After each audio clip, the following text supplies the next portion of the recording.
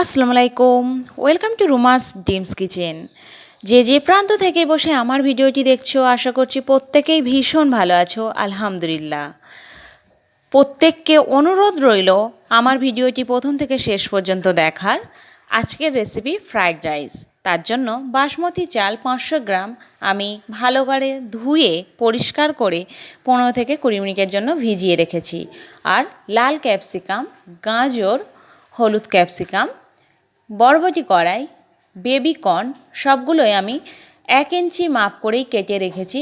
আর লাগছে কাজু বাদাম, সবগুলোই কিন্তু 2 চামচ করেই আছে। কিশমিশ 1 চামচ, সবুজ ক্যাপসিকাম 1 চামচ, সয়া সস আর গ্রিন চিলি সস, আর লাগবে 2টো ডিম। ব্যাস, এইগুলো দিয়েই আমি বানিয়ে নেব ফ্রাইড রাইস। তার জন্য হাঁড়িতে কিছুটা পানি নিয়ে বসিয়ে দিয়েছি আর দিয়ে দিচ্ছি স্বাদ মতো নুন। 500 গ্রাম চালের জন্য আমি এখানে 2 চামচ নুন দিয়েছি, বাকিগুলো সবজিতে অ্যাড করব নুনটা। আর 6 থেকে 7টা গোলমরিচ দিয়ে দিলাম। এবার আমি 2 মিনিটের জন্য ঢাকনা দিয়ে বন্ধ করে দিলাম পানিটা ফুটে ওঠার জন্য।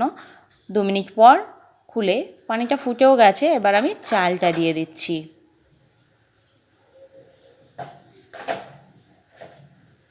চালটা একটু নাড়িয়ে আমি আবারও একটু ঢাকা দিয়ে দেব মিনিট 2-এর জন্য। 1 মিনিটের জন্য আমি ঢাকা দিলাম, তাতে করে ফুটে যাবে। ফুটে গেছে, আমি ঢাকনা খুলেও নিলাম। এই পর্যায়ে আর ঢাকা দেব না, তাহলে উতলিয়ে যাবে।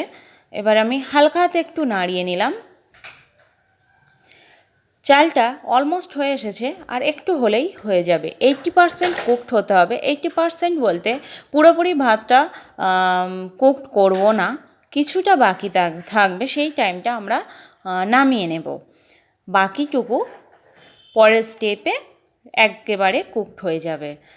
অফ করে একটা স্টেনারের মধ্যে পানিটা ঝারিয়ে নিয়ে বড় ছড়ানো একটা বাসন বা প্লেটের মধ্যে ভাতটাকে ছড়িয়ে রাখতে হবে, তাতে ভাতটা গায়ে গায়ে লেগে যাবে না। একই পাত্রে আমি তেল দিয়ে নিলাম 2 চামচ, আর গাজরটাকে ফার্স্ট দিলাম, কারণ গাজরটা সেদ্ধ হতে একটু দেরি হবে, তাই গাজরটা ফার্স্টে দিয়ে নিলাম। অল্প একটু নুন দিলাম গাজরের মতো, যেহেতু কোনো কিছু নুন দেয়া নেই, সব কাঁচা সবজি, তাই একটু নুন দিয়ে আমি সবগুলো ভেজে নেব। 2 মিনিটের জন্য গাজরটাকে আমি এইভাবে একটু নাড়াচাড়া করে নেব। হালকা ভাজা ভাজা হয়ে যাওয়ার পরে আমি বরবটি কড়াইটাকেও অ্যাড করলাম, অল্প একটু নুন দিলাম। আবারও মিনিট 2-এর জন্য নাড়াচাড়া করে নিচ্ছি। এবার বেবি কর্নটাকে আমি এর মধ্যে অ্যাড করব। তোমরা চাইলে বেবিকর্ন যদি হাতের কাছে না পাও স্কিপ করে যেতে পারো, বেবিকর্ন দিতেই হবে এটা কোনো প্রয়োজন নেই। থাকলে হাতের কাছে পেলে অ্যাড করো। বেবিকর্নটা দেওয়ার পরেও আমি মিনিট 2 এইভাবে নাড়াচাড়া করে নিচ্ছি।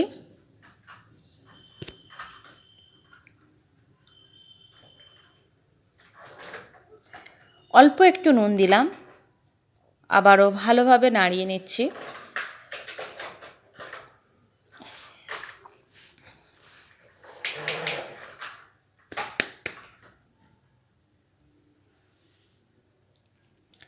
বাকি ক্যাপসিকামগুলো সব দিয়ে দিচ্ছি এর মধ্যে, কাজু বাদামও একসাথেই দিয়ে দিচ্ছি, তাহলে কাজু বাদাম এক্সট্রা করে ভাজতে হবে না, একই সাথে ভাজা হয়ে যাবে।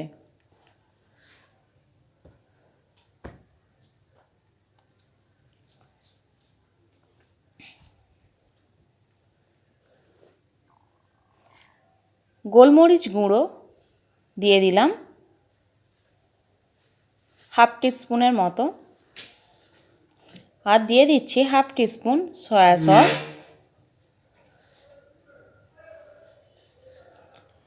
ভালোভাবে নাড়িয়ে নিচ্ছি। গ্রিন চিলি সস দিচ্ছি হাফ টেবিল স্পুন।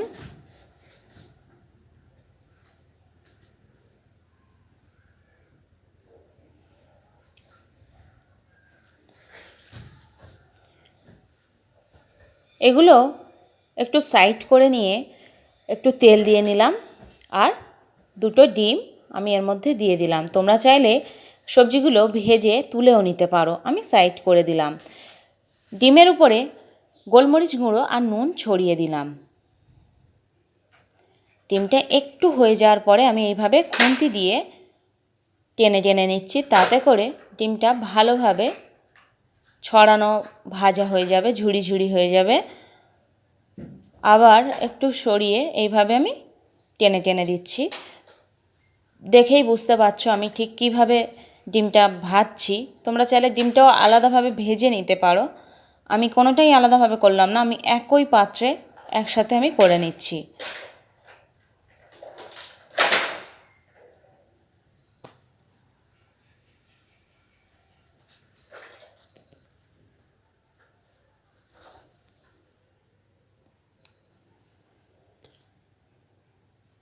ডিমটাও ভাজা ভাজা হয়ে গেছে।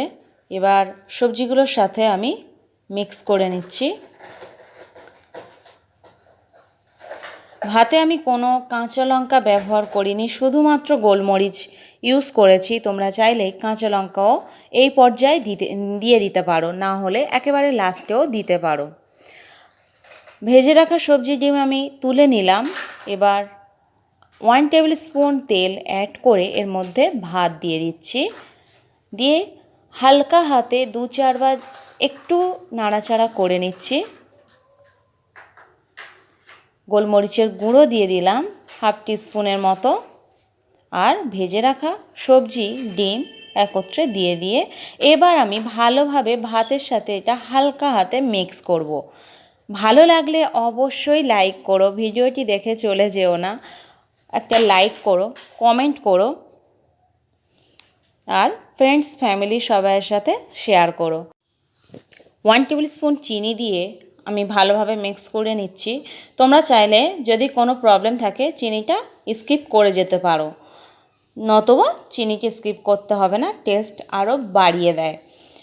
আমি 3 মিনিট ভালোভাবে নাড়াচাড়া করার পরে ওভেনটাকে অফ করে 10 থেকে 20 মিনিটের মতো ঢাকা দিয়ে রেখেছিলাম। তারপরে প্লেটে সার্ভ করে দেখাচ্ছি লুকিং কেমন হয়েছে। আর খেতে অবশ্যই অসাধারণ টেস্ট হবে। তোমরা বাড়িতে অবশ্যই বানিয়ে আমাকে জানাতে ভুলবে না। এখনও পর্যন্ত যারা আমার চ্যানেলটি সাবস্ক্রাইব করোনি, প্লিজ প্লিজ প্লিজ চ্যানেলটি সাবস্ক্রাইব করে দাও আর আমাকে অনেক বেশি সাপোর্ট করো। সবাই খুব ভালো থাকো আর আমার নেক্সট রেসিপির জন্য ওয়েট করো। আল্লাহ হাফিজ।